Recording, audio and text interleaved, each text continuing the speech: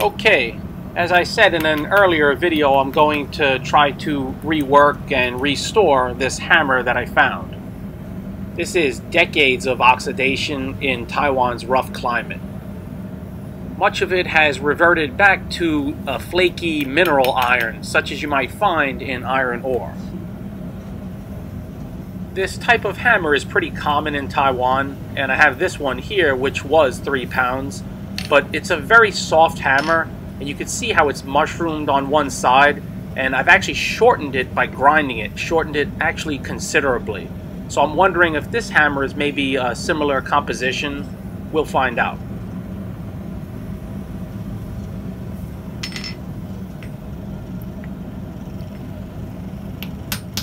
It's better to knock off a lot of these larger flaky pieces rather than wait until I heat up the hammer and they fly off in a hot state, which will be pretty dangerous. Also, with something like this, the first heat you definitely want to take it slow, just for that reason.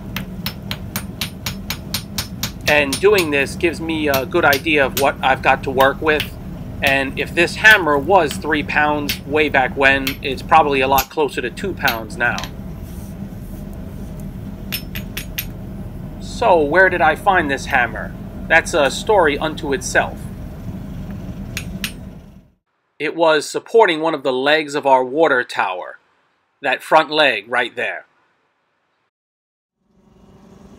While doing some maintenance, I very recently noticed that the water tower was leaning towards the outside, and it's already in a very dangerous position, being 5 stories above the ground.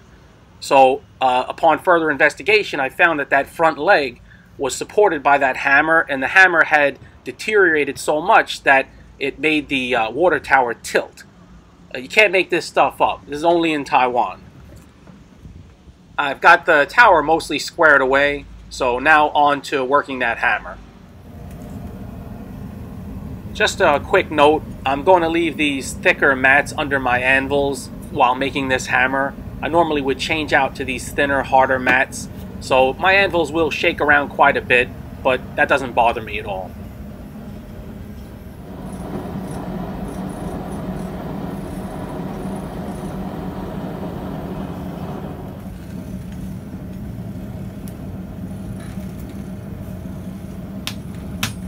Like I said, with something like this, you just want to go slow at first.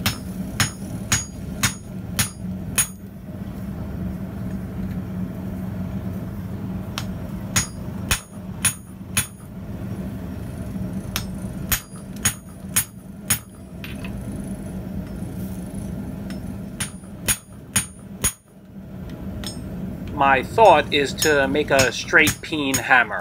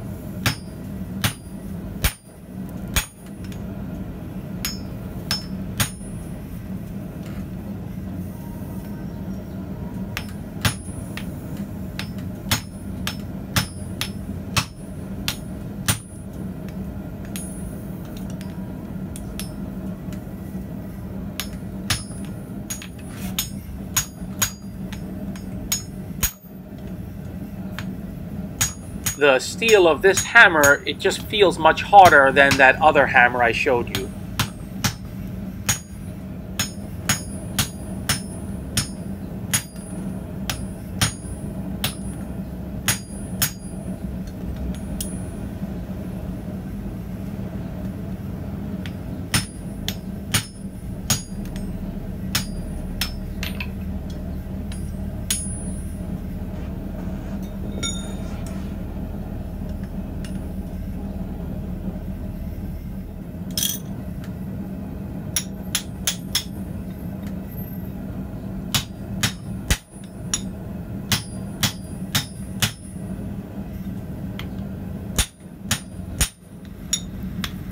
My forearm got burned a few times when making this hammer. Scale and rust particles flying more than if I was using new steel. So it bears repeating, always wear eye protection when blacksmithing.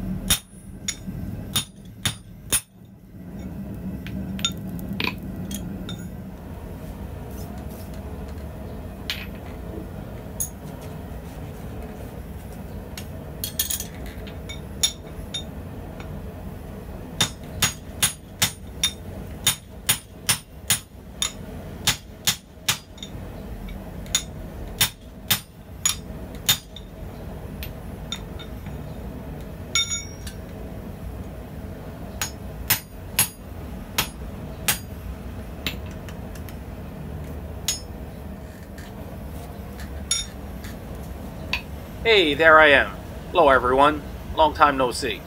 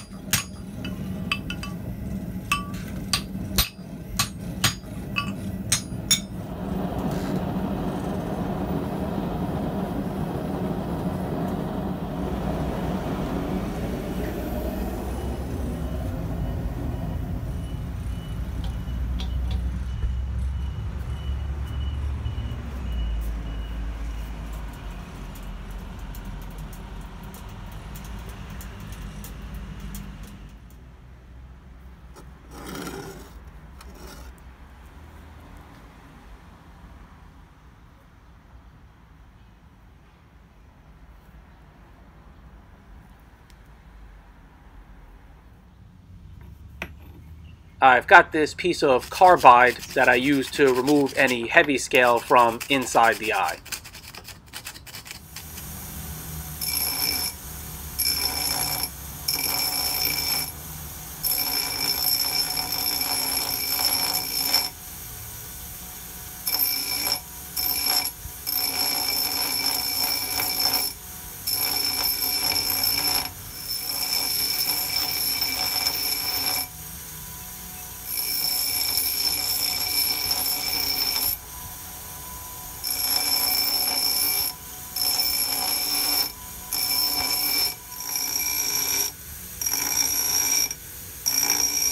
You guys know me, I don't get any joy from grinding.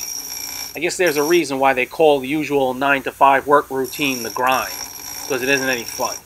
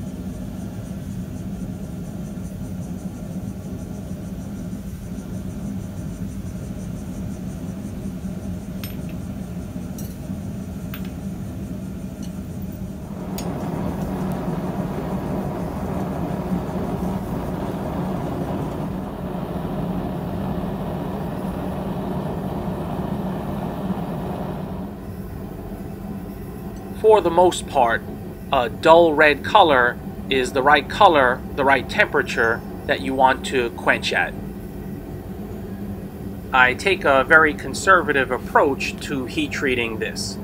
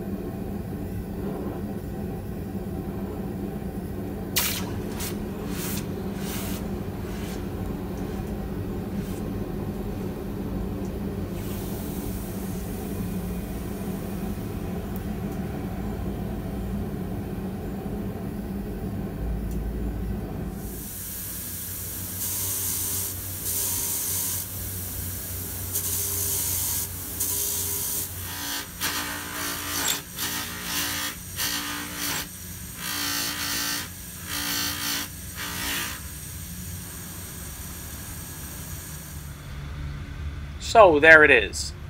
I feel this piece has a lot of character, and in my opinion, you can't easily mimic the kind of weathering that this piece has undergone.